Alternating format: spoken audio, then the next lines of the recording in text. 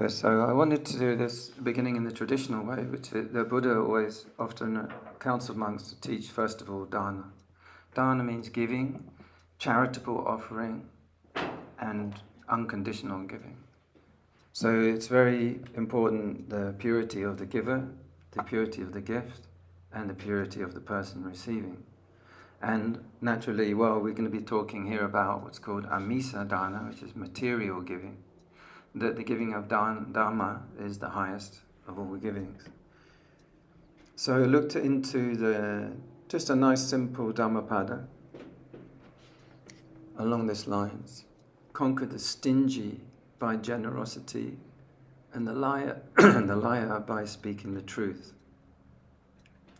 So overcoming the stinginess is very important. It was emphasized in many of the suttas. So I want to show you here in the Philippines, where this was no place really where too much Dhamma, high lofty Dhamma or intellectual Dhamma could really go. The people were really living from day to day, just surviving and getting through. So I thought this was a good place to be able to introduce this idea. Excuse me. And incidentally, this isn't any kind of fundraising. I currently do not touch money. I think that's a very good thing. This was just also one duration of my monkhood. It's not everything, and it's not a categorical... I'm not holding this up as everyone ought to be getting out and doing this. It was a sort of mixed blessing. It was a very good experience to try and do it. And it was between these years, more or less 2012, 2017. And occasionally, as I say, some of the people are still in touch with me. And if there's a really serious case or a worthy case, I'll often still direct someone else to assist when they need it. So I think this is very important, this cultivation of loving kindness and very specifically compassion. When you see people in need, you respond. So the ego never likes to do that. Selfishness never likes to do that. Greediness never likes to do that. So we should be fostering and cultivating this caring nature.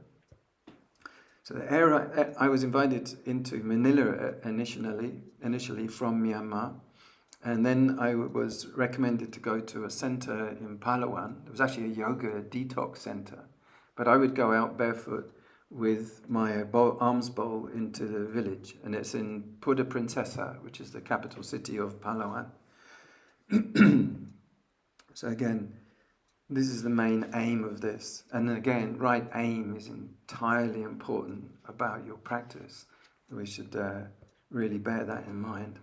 So this person came along for 2 days or 3 days round with on my arms round and made this brief video, which gives a little snapshot. But it was 5 years, and this is just sort of 3 years out of it. So it'll give you a bit of an idea, hopefully.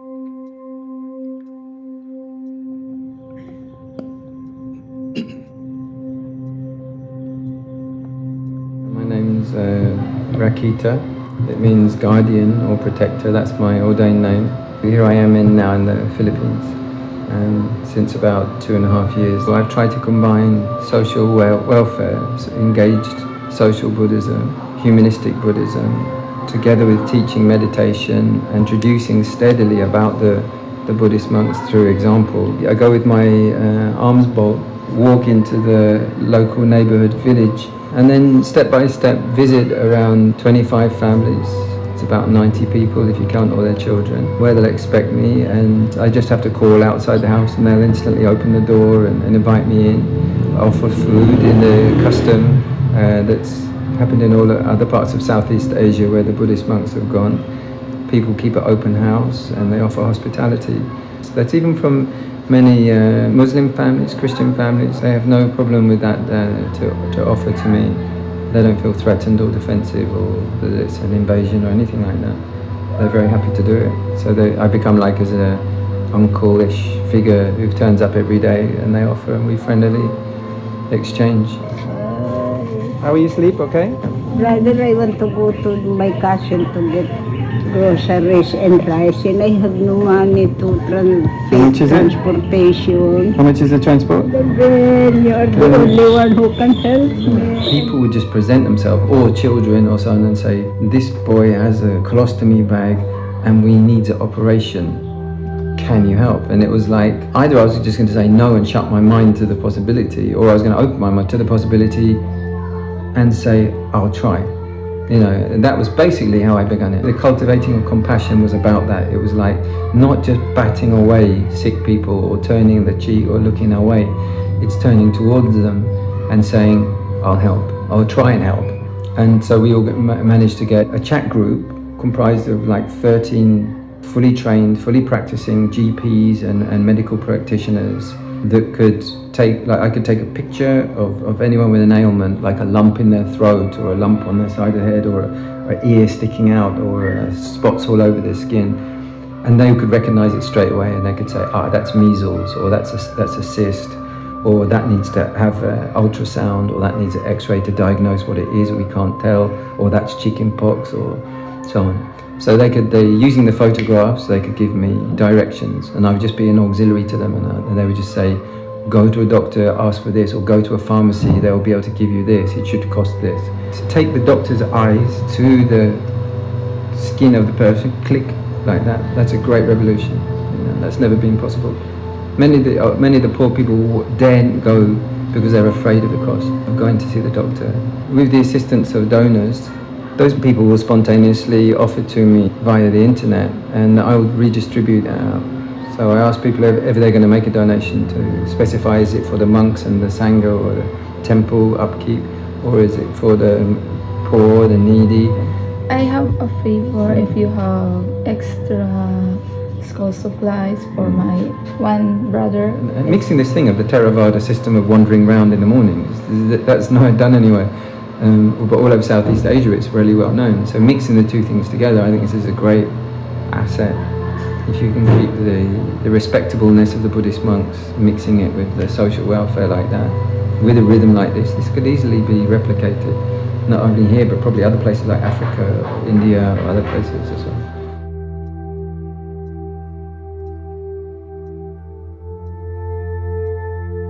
Yeah, so, and I'm still in contact with many of those. That's like 6 years ago, ish.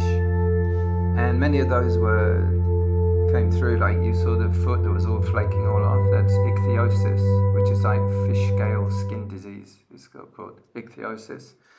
It's a young child, Ella Aprecia, and I connected her with a Malaysian university research lab where they were developing red palm oil as a beta-carotene way, because basically the skin, the body system to rejuvenate the skin with oils breaks down, so the skin goes crusty. So they basically have to put this, the nutrients, the vitamins on physically. So that worked really well. They've been doing that, sending the supplies for her family since that time. And then recently, the head of that department is going over there to do a visit to see her. So she was then 9, so she'll be about 16 or something now, 15. So there's going to be a really good meetup, And to see what you're up against, the mother was putting talcum powder on every day. So that was their idea of treatment. Right, so yeah. So now to move on, let's have a look at some suttas that talk about Dāna as well. This was said by the Blessed One, by the Arahant, so have I heard. These 3 types of persons can be found existing in the world. Which 3? One's like a cloud without rain, one who reigns locally, and one who reigns everywhere. And how is a person like a cloud without rain? Well, there's the case where a person is not a giver of food, drink, clothing, vehicles, garlands, scents, ointments, beds and dwellings, lights, to any Brahmins or contemplatives, to any of the miserable, the homeless or beggars. This is how a person is like a cloud without rain. How is a person one who reigns locally? There is the case where a person is a giver of food, drink, clothing, vehicles, garlands, scents, ointments, beds, dwellings, and lights to some Brahmins and contemplatives, and to some of the miserable and the homeless and beggars, and not to others. And this is how a person is one who reigns locally. So how's a person one who reigns everywhere? The case where a person gives food, drink, clothing and vehicles, garlands and scents, ointments, beds and dwellings, and lights to all Brahmins and contemplatives, and to all of the miserable, the homeless and beggars. And this is how a person is one who reigns everywhere, away from egoism and greediness. So from the Mahamangala Sutta we have the verse that says, giving, living in rightful ways, assistance to one's relatives, deeds that are blameless, this is the highest protection. And one more. The Macharya Sutta. So Macharya is also jealousy, but stinginess is often the way it's translated as well. Isa and Macharya, you've probably heard of, from the Anguttara Nikaya 5s. Monks, there are these 5 forms of stinginess. Which 5? Stinginess as to one's monastery or lodgings, stinginess as to one's family of supporters, stinginess as to one's gains, stinginess as to one's status, and stinginess as to the Dhamma. These are the 5 forms of stinginess, and the meanest of these 5 is this, stinginess as to the Dhamma. With the abandoning of these 5 forms of stinginess, the holy life is fulfilled. Without abandoning these 5 qualities, one is incapable of entering and remaining in the first jhana. The second, third, and fourth jhana. Incapable of realizing the fruit of stream entry, the fruit of once returning, the fruit of non-returning, arahantship. I was recently in a temple, and there were 2 of the supporters who had the keys to the place, and they had squabbled and squabbled and squabbled, and one wanted to keep the keys and not let the other one, and the other one was making duplicates behind the other one's back, and it was going on and on. And then one day there was a big argument about fruit that was left in the fridge on the top, and they were phoning the president and all this. And I went out and I sat by some trees, and all I could hear were the parrots squabbling up in the tree. And I looked up at these green parrots, and I could almost understand what they were saying. They were saying, get off my branch, get off my branch. You have my fruit, you have my fruit. Get off my branch, it's your fruit. And they were just exactly like these 2. So this is a bit like this. It's the same thing, that people like that will never get peace and deep calm and contentment. So let's have a look at the first foundation of mindfulness. It's a very, very important one, because it's the only one that is always staying in the present moment. And all of our life, from birth until death, in that sense, we will be able to always anchor our attention in the present moment. Unlike citta, unlike vedana. And as long as we use the correct forms of mindfulness, we will be able to always anchor ourselves in the present, to stop drifting off into who I was and who I will be and who I might be and all those other forms. So the first foundation of mindfulness, Kāya, has lots of different components. And some people who are mainly practicing anapanasati will just stay with the first part. And even the nose, specifically where in the nose, depends on who you ask. If it's Goenka, or it's Pāok, or if it's Ajahn Chara, they'll sometimes use the lip, sometimes the actual tip of the nose, sometimes the interior of the nostril, sometimes even up in the sneeze area, the hairs lining the nose. But even further, if the deep breath goes further and deep into the throat. But some people prefer to build up strong fine pointedness and keep the fine pointedness, and that's the access for things like jhana, the upachara samadhi. So anapanasati based on the breath. When you start to go often this is emphasized in the Burmese schools, that you include more of the body and you expand out the focal area to not just be a tiny fine point like it is in the nose, but into a bigger area. Then you include the lung, chest, ribs expanding, and also the movement of the belly is often emphasized or even directly focused on, whether you would consider yourself to be internal, looking at that, or external, looking forward. It's quite important. Sometimes people assume you're looking from the head kind of down, and that's not necessarily the case. You can just be out at the front, you can be behind. So there's also the roaming ability of the position of your viewpoint is something that's quite critical to progress. So when you're experiencing the body, and I'm not talking then about any form of conceptual part. If you talk about ribs, there's a concept already. So if you talk about the kidneys, if you talk about the liver, if you talk about the colon, these are all conceptual. But direct experience, you can directly experience movement. Everyone has that in common. The hardness and the softness, or the absence of hardness. And I'm talking about just where there's use some concepts, like the bone is pressing on the inside of the skin. Like if you're leaning on the arm of the chair or your ankles are pressing on the floor. And now we can conclude any part of the whole body. Hardness and softness.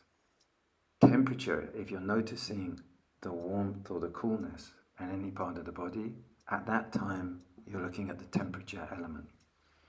Sponginess, well, we've all got a butt, we're all sitting on a chair, we've also got sponginess on the soles of the feet, the palms of the hands, the belly obviously, any part where you've got that squashiness of the body, sponginess. So I use those words, you won't find them in the Suttas and you won't find them in the Pāli text society, but I found that they're direct what you actually experience. In classical terms, they use the four great elements. And then these four terms, or four direct experiences, get used as air for movement, earth for the hardness element, fire for the temperature element, and water is the sponginess element. So this is, again, only when we're talking about the direct experience. It's not for, there's things called kasinas, which is different, where you visualize water, or you visualize fire, you visualize earth, you visualize the air. And it's not talking about like the blood flowing in the liquids in the body. It's not that. It's only used for the direct experience, as you experience it. So I'll come to those other ones when we do include those other things in a moment, because that's also in the Kāya group. So when you're focusing on the breathing, when you're focusing on the rest of the body, you can't help noticing sometimes the outline of the body, in whichever position you are. Because basically what you're becoming aware of is the skin, which is covered in these sensory cells. So you're going to notice the form of the sitting body. And it will only be temporarily, and then you usually go back to your predominant object, which can be the nose or the cool air, the warm air, the cool air coming in or the warm air flowing out, or the sponginess, the hardness, the temperature, or the sponginess. And then we have these four positions, one of which you'll be in all the time. And then we have the intermediate, small little actions, blinking, swallowing, sniffing, burp, or you're pulling a face, or you're sniffing, or something like that. There's no categorical number of these. You just have to notice them, and you can include those. They're not distractions from meditation in doing this kind of Kāya-nupassana. Kāya is a kind of word meaning a group of components, in the same way that a car is a Kāya, it's a group of components. And Kāya is often refers to the material body, but more specifically you have Rupa Kāya. Rupa means materially and visibly material. So in Sri Lankan, if they say like a photograph, will be called a rupa, or even it's the source of rupa as in gold and silver and the rupee in India. So rupa has this like visible, material, colourful quality about it. So that's what when we mean rupa kaya means those. So because we're dealing a lot with the internal experience of the body, often just kaya is used. And nupassana means seeing into, or looking inside, or looking into. So the conceptual meditations, these have specific uses. If you're going to look at the way that the body is a component part, that not one part of it is a you, by breaking it apart and taking it apart, which is good for dispelling vanity and attachment to the body, for realization firsthand that this is really going to go someday. Anatomical body is often used, 32 parts of the body. So there's this corporal world and this body world. So it's often you see the plasticized bodies.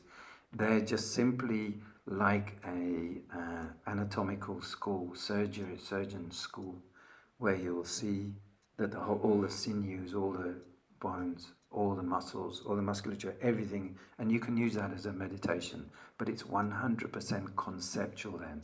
You're imposing a fantasy onto the physical experience. Whereas all the ones above that we were previously doing, that's just direct experience. So it's very different there. Corpse decay is used for dispelling lust and also for face-to-face realization about the reality of the decay of the body after death, to reduce attachment. So even like supermodels of the time of the Buddha, once they had died of a fever, the Buddha would ask that the body would remain visible so that people could, in training, could see the maggots and the rotting and the way that discoloration, the brownness happens, the flesh falls off, the dogs and the birds peck and flies come. This kind of thing was very good for breaking people's attachment to always wanting to see beautifulness. So asubha, and corpse decay. And then asubha is a similar one where in order to reverse the tendency of the mind to go for attaching is to look at the unbeautiful qualities. So you might see someone looks beautiful and you're really attracted to them, but you think, yeah, but they might have bad breath, or they might have diarrhea sometimes. So you just dispel, you set up the opposite, rather than the attraction and only wanting to see their good sides, their attractive sides, in that you deliberately think of the opposite. Or there might be some restaurant, you go, I want to go to see their food, but consider what's in the bin, consider all the leftovers, and it'll put you off. So it's like deliberately putting yourself off of desire. Okay, so there was one other one that I wanted to include before we go into your own meditations, and that's the one that's used for the Samanera part of the ordination, and in the monk's ordination I think it's also included, which is Gesa Loma Naka Danta Tacho, which is simply to take each of those things, hair of the head, you think, is this permanent? Is it me? Like that. And just based on this, people have been reported to have attained the path. Whether that's true or not, I don't know. Hair of the body, is it really you? When you consider that, the nails, the teeth, and the skin, when you consider the mind which can enlightenment in compared to the grubbiness of the material body, or the physical body, the sweat, how it needs washing all the time, taken care of, how temperamental the body is. Without our control, it just gets sick, it gets funguses, it gets broken, it gets everything can go wrong with it. But people are always trying to put false nails on that gets fungus underneath, or the glue doesn't work, or all these different thousands of things. Skin is aging, we're always trying to reverse it, trying to fight the wrinkling and trying to turn back time. But these are the kind of anicca, the impermanence, is so visible there that if we focus on that in the right way, it can escalate our path and we can bring our path into realization. So that's the first foundation of mindfulness. So I want to we go back over this and include Vedana next week, and then the week after that to start looking at things like Citta and Sanya, and put them in context with the practice as well. So I think you've all got your own practice now that you can use, and I won't disturb you any longer. So I wish you all Nibbana, and may many beings be free from avoidable suffering.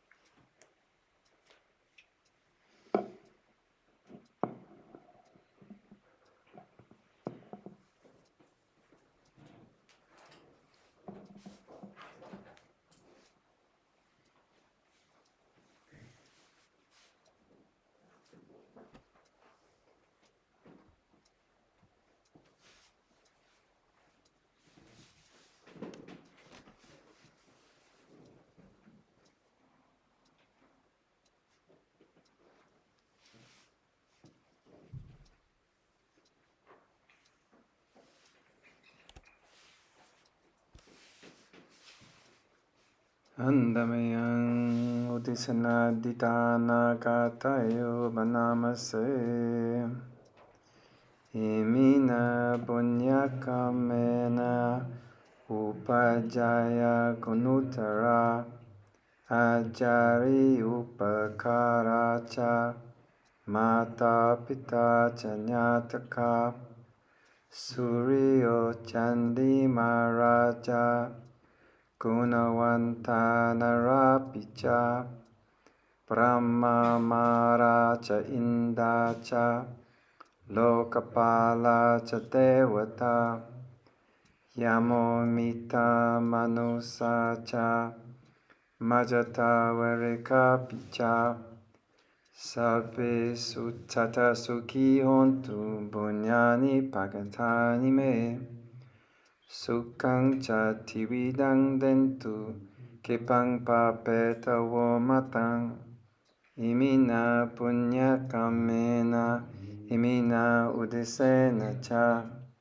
kipahang sulabe cewa tanupadana cedanang ye santane hina dhamma yawa nibbanato mamang na santu sabada yewa yata jato bawe bawe ujucitang satipanya saleko viryamina maralabantu no kasang katunja viryesume buddha di pavaro nato Dhammo nato varutamo nato paceka buddho cha sango nato taro mamang te sottama nupawena maroka sanglabantuma.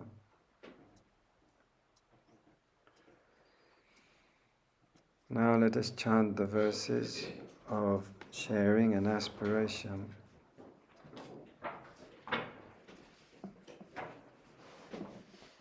The goodness that arises from my practice, may my spiritual teachers and guides of great virtue, my mother, my father, and my relatives, the sun and the moon, and all virtuous leaders of the world, may the highest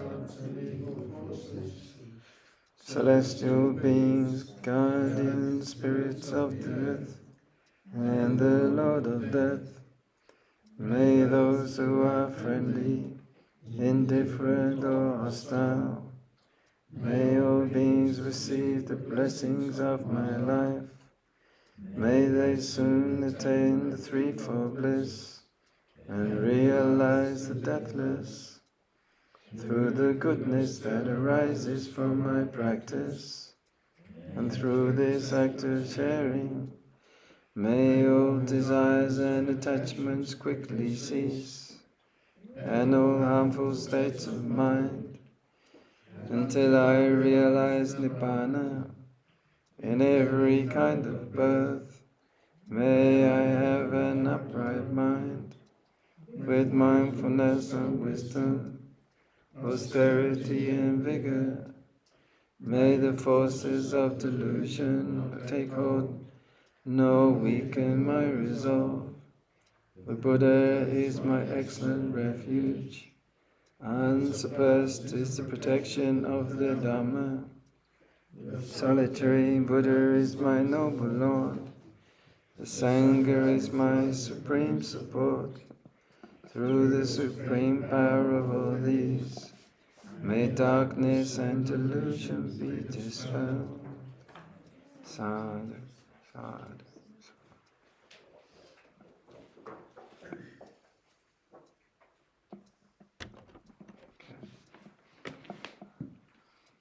Thank you, well done everyone.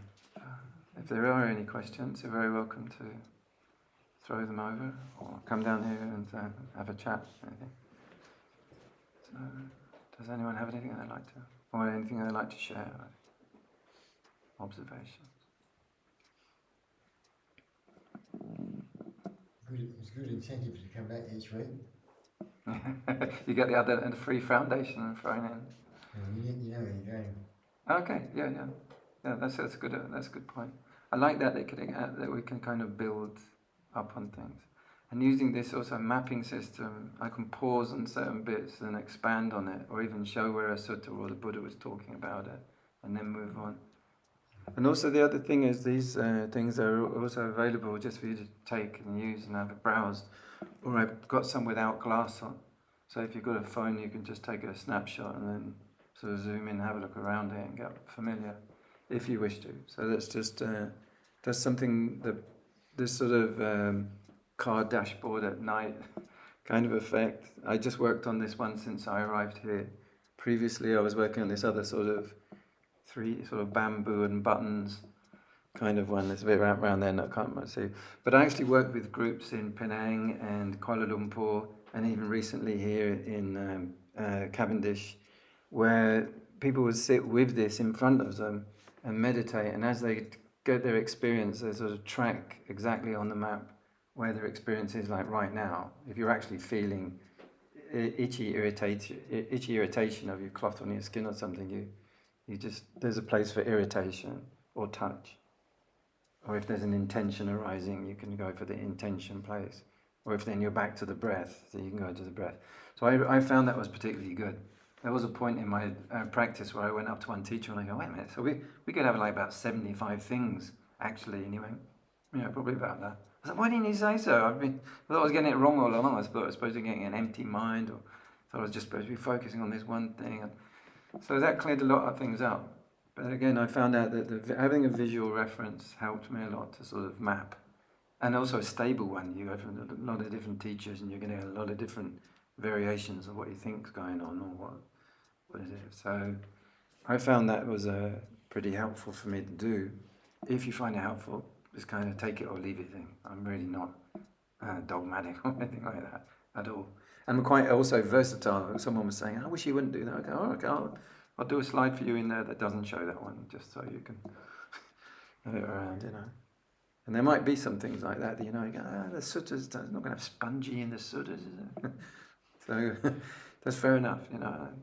I'm open for you to sort of throw some mud at it, because that's how we sort of learn as well. So I'm open for that, especially if someone's really done some practice or something and it doesn't quite add up.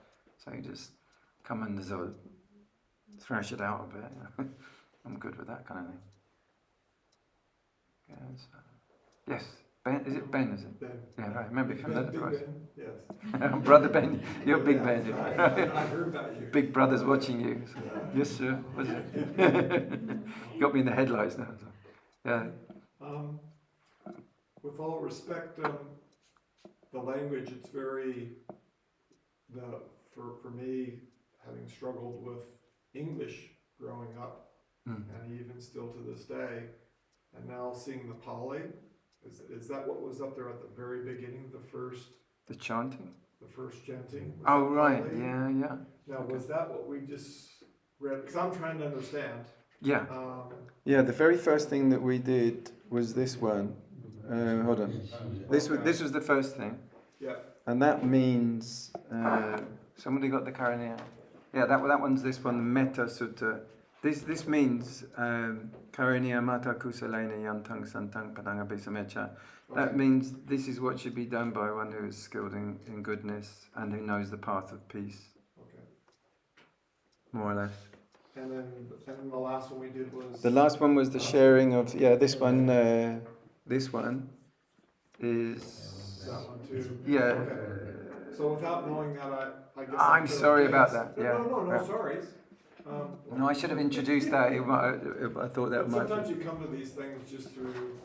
Good point. Just through I don't know. Is this Pāli or is this? It is Kāya Pāli, yeah. No, that's Pāli. There's pretty much the language around the Buddha, you know, more or less. Okay. There was a language called Magadhi, but it was pretty close to Pāli. It was the spoken vernacular of the area. People were actually using it. So I was picking up on different things without even knowing that language type of thing, and I guess what I'm getting at is sometimes you don't need to know to learn and to. I hated Pāli for years, and I thought it was a complete, it's like going to school to learn things and you have to learn Latin, like back in the day. So, it's just an annoying thing. But you want to become a doctor to help people, you have to learn Latin to do it. I really didn't like it. It's just that over the time, I've got used to that one, and the English one is a bit of a shock to my system, and I find it quite hard to do. And I'm finding when I'm doing that, I'm trying to go, what is the Pāli of this now? So I've gone full circle. But I really hated, I went to Dhamma meetings and they were doing the Eightfold Path in Pāli, and I was like, I just couldn't get it. So I think it's also part of the craft, the whole Theravāda, this ancient craft. And these are very beautifully crafted. Oh, yeah. As a musician, they've got really beautiful meter and rhythm. They're much more skillfully done than the English ones. I wouldn't mind getting some musicians together to work on this a bit better for the way it flows. Because I find myself enjoying this, and I don't even know what Me too. I'm enjoying. No, when I'm just singing, I really should be focusing on the meaning, but I don't anymore. I just really love it. Love the sound of it because it is really beautifully crafted. Sure. And so the English ones, like I said, a bit shocked, but at least then you get more the real meaning. Some of the things that the Venerable Sapa had shared with me, like text, there was a lot of the Pāli words next to the English. Yeah. And that helps me learn to pick up on that as well. I've also did another project which I've never seen anyone else do. I'm not saying that as a kind of boast, but I think more people might try it, which is they record this one, and then they also record the English over it, with one language on each ear.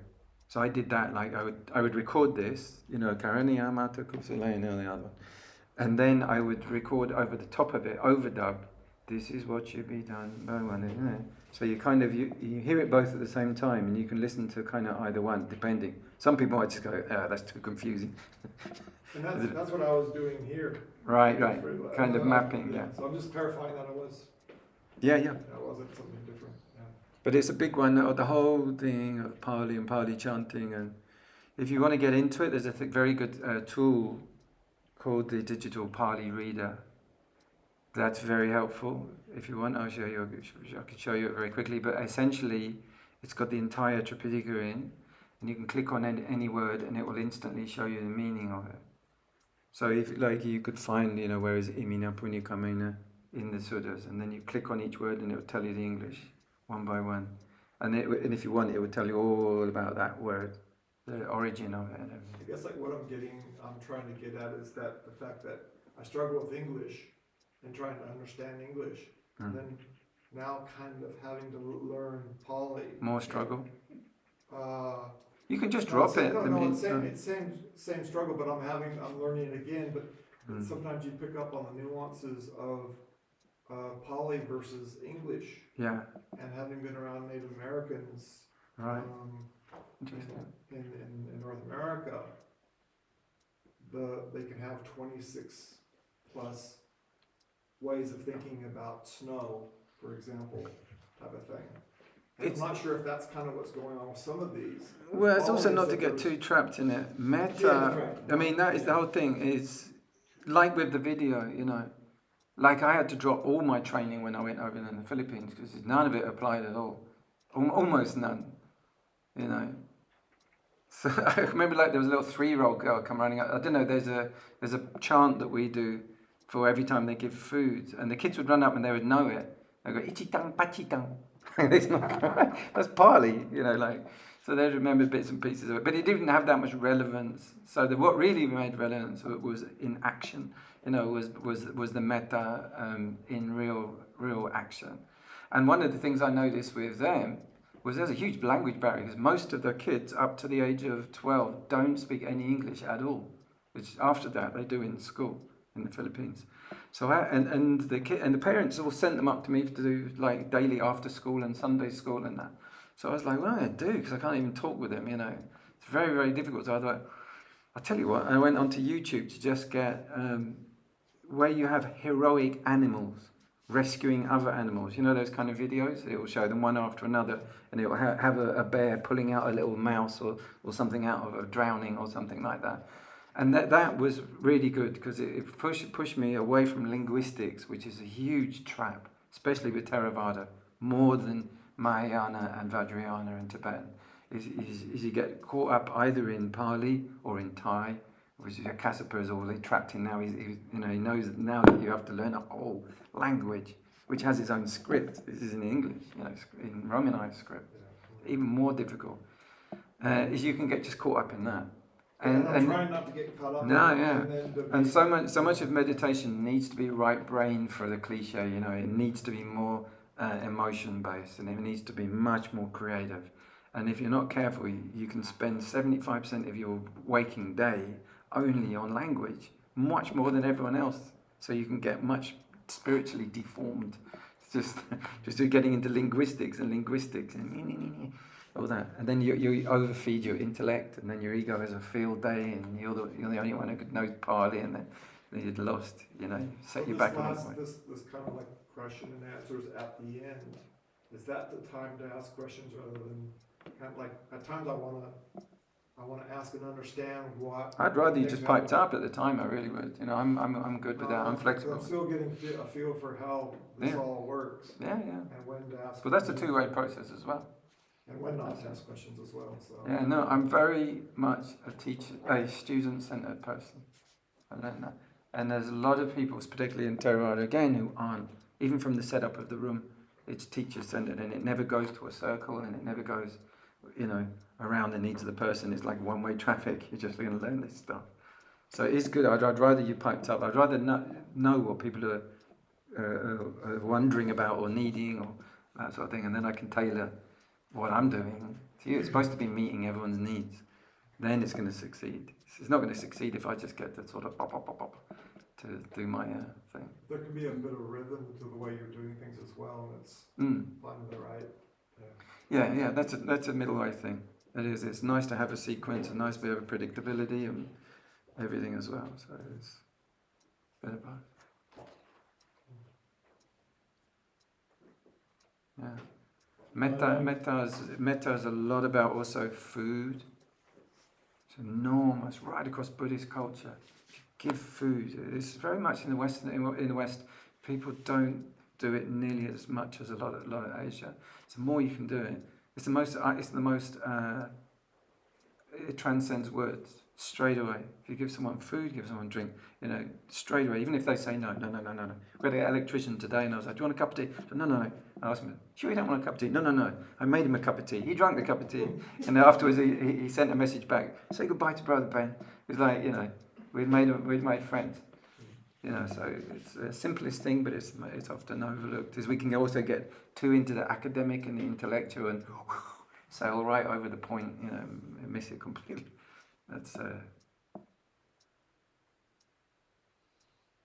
anyone else got anything they'd like to chip in? I just wanted to say that I liked the distinction when you got to the things like water and sponginess, the difference between the concept and the direct experience. Yeah. Because when I was a lecturer, if my ankle hurt and I had a cold, I had to deliver concepts. That was my job, was to stand and deliver concepts, and the direct experience was irrelevant. Like you have a cold, you're miserable, big deal. You have a job to do. And it was verbal. It wasn't like running a lathe or fixing a car. It was verbal and conceptual. So that conflict, that difference, I don't think I've ever seen it that, you didn't even make that big a deal out of it, but it was, it was right there, that distinction that's so important. The difference between the sponginess of my foot on the floor and the sponginess of my arm on the chair is something I can separate them. It's a huge one. And my tendency is to fall into the conceptual by training, by habit, and all the rest of it. So this is very useful. Thank you. There is a fifth element sometimes included, which is space. But I can describe that because I learned it most from when you have your tongue and you push it on the back of your teeth, and then you've got the knowledge of the front of your teeth from your lip. That in between there and there is this fifth element. Because often people go Star Trek on you, and they go something to wow, the fifth dimension. Oh, did you hear what he was talking about? No. It's just as simple as that. That's what space is, because the only way you know about that tooth in direct experience is through the sponginess of your tongue turning into the hardness of the tongue, and then the texture, which is that smoothness, which is hardness, and then the other side of it. So it's only inferred what that thing is. So that's space. And the other thing is time, which is only like when you've got movement. That's also, you have to use like the memory of where it was to get movement. So movement is also kind of illusory in that sense. So that's a lot with walking meditation, because often people, the nose watchers, nothing moves much.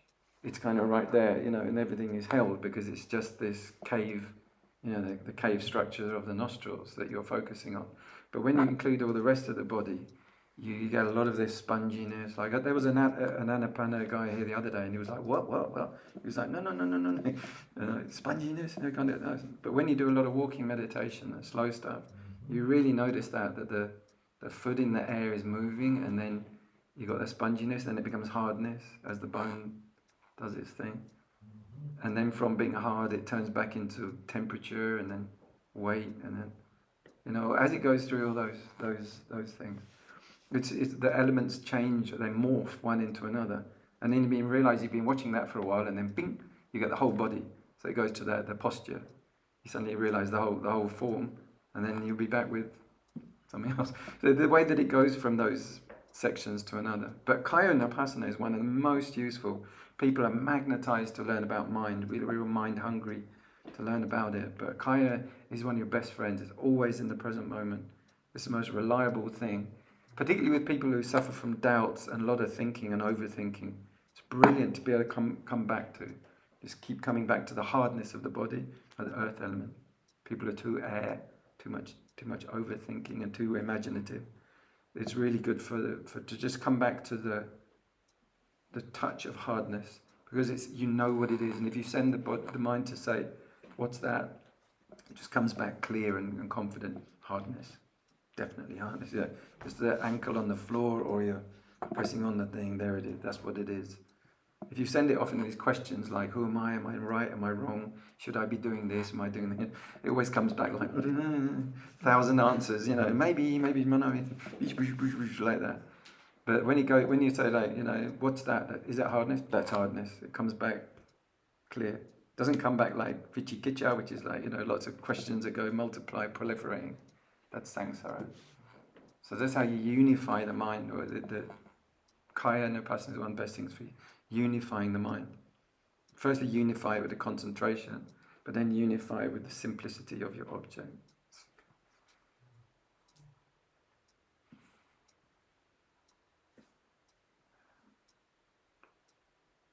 One of the things my master, one thing he told me was, let things come to you. It's also good for this kind of meditation. It's just don't be going chasing, answers and chasing technique and trying too hard. It's just, often Ajahn Brahm's emphasizing that it's not too much effort. But let things come to you. It means also the kind of phenomena is like you stay fairly centered and just receive.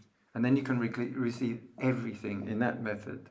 Everything is included. It's not like I have to be concentrating on this and not those other things. It's all included, all inclusive.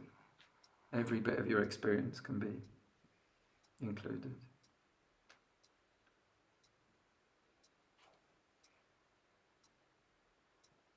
We good?